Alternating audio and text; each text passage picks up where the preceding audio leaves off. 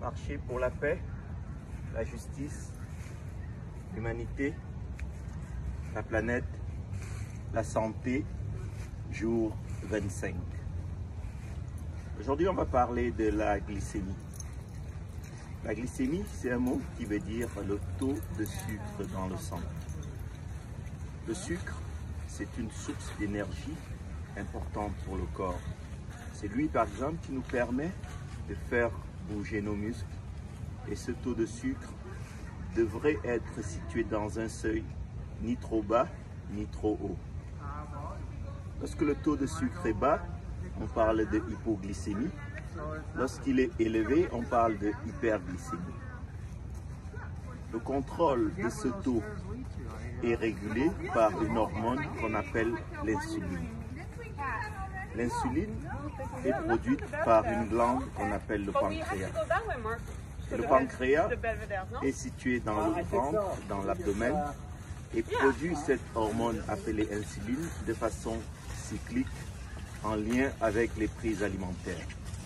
La régulation de la production de l'insuline dépend donc de plusieurs facteurs: la quantité de sucre présent dans l'alimentation et le moment entre la prise alimentaire et la fin de la vidange gastrique, l'élimination de ce repas dans le corps.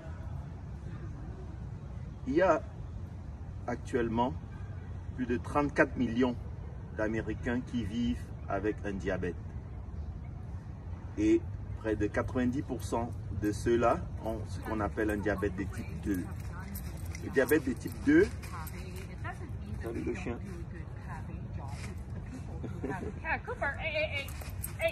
Le diabète de type 2 est en fait caractérisé par une résistance à l'insuline. Ça veut dire que l'insuline étant présent dans le sang et le sucre étant abondant, l'insuline n'arrive pas à faire entrer ce sucre dans les cellules. On appelle ça donc une insulinorésistance. Et ça, c'est une composante importante dans le syndrome métabolique dont on a parlé depuis le début de la semaine. On avait parlé de l'index de masse corporelle qui est associé à l'obésité ou le surpoids. On avait parlé du tour de taille. On avait parlé de la tension artérielle. Et l'insuline, lorsqu'il n'arrive pas à jouer son rôle, donc cette insulinorésistance, va entraîner donc au final une persistance de cette hyperglycémie.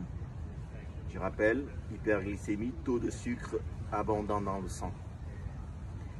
Est-ce que c'est grave? Oui, parce que ce taux de sucre, lorsqu'il est abondant, va être nocif pour plusieurs organes. En particulier, le rein, les yeux, les vaisseaux.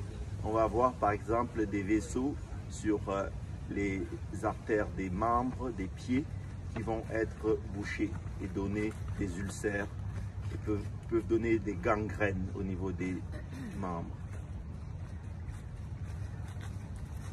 Comment donc faire pour éviter cela? La première chose, c'est de maintenir un taux de glycémie dans un seuil qui est acceptable, entre 0,8 et 1,2 g par litre. 0,8 pour éviter d'être en dessous et avoir ce qu'on appelle une hypoglycémie, et 1,2 pour éviter d'être au-dessus et avoir ce qu'on appelle une hyperglycémie et le diabète. Est-ce qu'on peut le savoir? Parfois, la glycémie, c'est un peu comme ce qu'on avait vu pour la tension artérielle. La plupart du temps, on peut avoir une hyperglycémie sans avoir des symptômes. Et ce n'est que lorsque les taux sont très abondants qu'on peut avoir la fameuse triade avec envie de faire pipi abondamment, avec envie de manger beaucoup et une perte de poids malgré qu'on a un appétit important. Et puis finalement, on a donc les manifestations lorsqu'il y a déjà des complications, comme des complications pour les yeux, des complications pour les reins. Et ce n'est qu'à ce stade qu'on peut parfois avoir des signes. Donc, on doit donc penser à cette glycémie, se surveiller pour éviter justement que les complications ne surviennent. Et l'activité physique contribue à cela. D'où l'importance, comme on le fait, de marcher pour éviter le syndrome métabolique. Marcher, pas de temps en temps, marcher régulièrement. Un pas devant l'autre, un pas devant l'autre, un pas devant l'autre, au moins 30, 60 minutes par jour, idéalement.